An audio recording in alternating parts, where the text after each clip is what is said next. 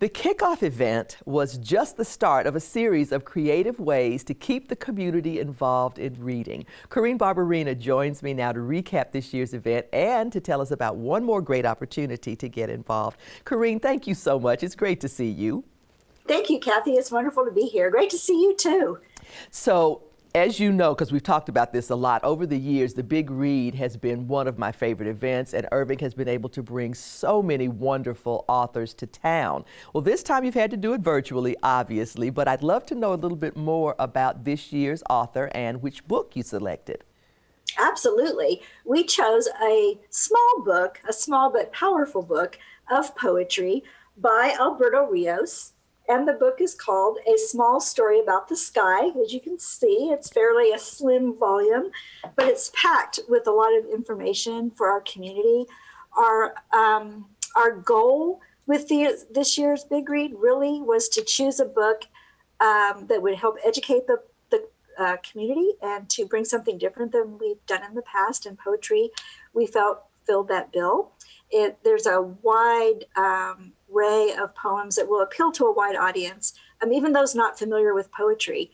Many of the poems are very visually descriptive, Kathy, and they focuses on the desert Southwest and the Hispanic culture.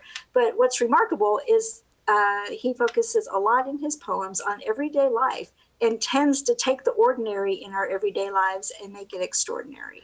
That's wonderful, and somehow it seems very fitting that in a year that we've all been dealing with the pandemic, that choosing an author who is a poet and has a different way of using language seems like a really good choice for this year. So you guys in the past have always done these great in-person events, but this year obviously you had to take on the challenge of going virtual. How did you do that?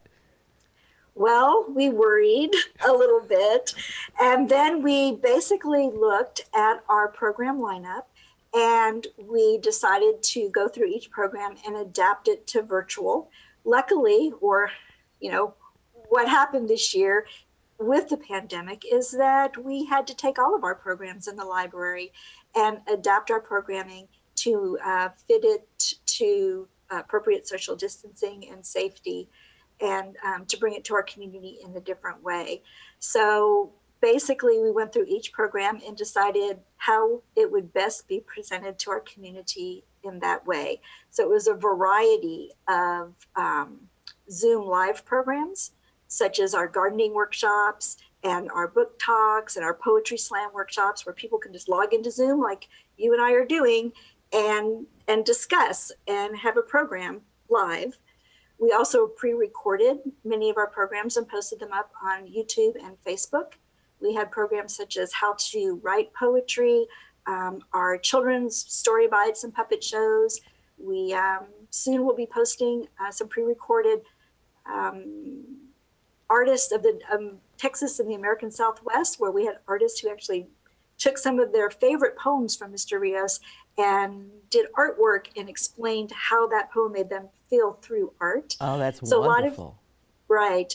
And then we also do some Zoom programs that are streamed through Facebook and YouTube, where the community can watch those programs, not just live during the event, but also later on our formats there with YouTube and Facebook. That is so great, Corrine. You guys have really taken advantage of the technology that's available and really taken it to another level. There are so many programs that you've done, the Big Read, that is winding up this month, and then I know that you're taking the North Texas Teen Book Festival virtual, so my hat is off to you guys. So now tell us, how are you going to finish out this year's NEA Big Read? Well, the best part of this is we were able to book Mr. Rios himself. He is Arizona's first and beloved poet laureate. He's pretty well known in Arizona. His poems have been featured in film and set to music and included in more than 300 national and international anthologies. He also was a very beloved teacher at Arizona State University, and he's won numerous awards. So we're just thrilled to have him. We have heard he does a wonderful talk and is very inspiring. So we will be wrapping up our program on February 27th, Saturday at 7 p.m. And he will be streamed live through our Irving Facebook as well as YouTube. for folks to get on and watch. And we really would love, we will be putting something out soon where if anybody would like to ask him questions, what we would like to do is have questions in advance, and it will be moderated by Marilyn Willems with the Friends of the Library, and she will, at the end of Mr. Rios's talk, be able to ask him some of the questions from our community. So we'd love to have as much of the community involved as possible, and this is a great opportunity to ask him some wonderful questions. That is excellent. You also can still pick up a copy of the book at one of all the 3 libraries in Irving. So, Corrine, tell us, if we want to send in questions, where should viewers send their questions? They can send those directly to me at my email address, which is cbarbarina@cityofirving.org. All right, fantastic. Thank you so much for your time today. I really appreciate it. Really looking forward to getting my hands on one of those books because I didn't do it ahead of time, and checking out the poetry, and also maybe sending in some questions as well. So folks, again, the keynote address by author Alberto Rios is on Saturday, February 27th at 7 p.m., streaming on the library's YouTube and Facebook Live. And if you want to send in a question, please send it to cbarbarina@cityofirving.org.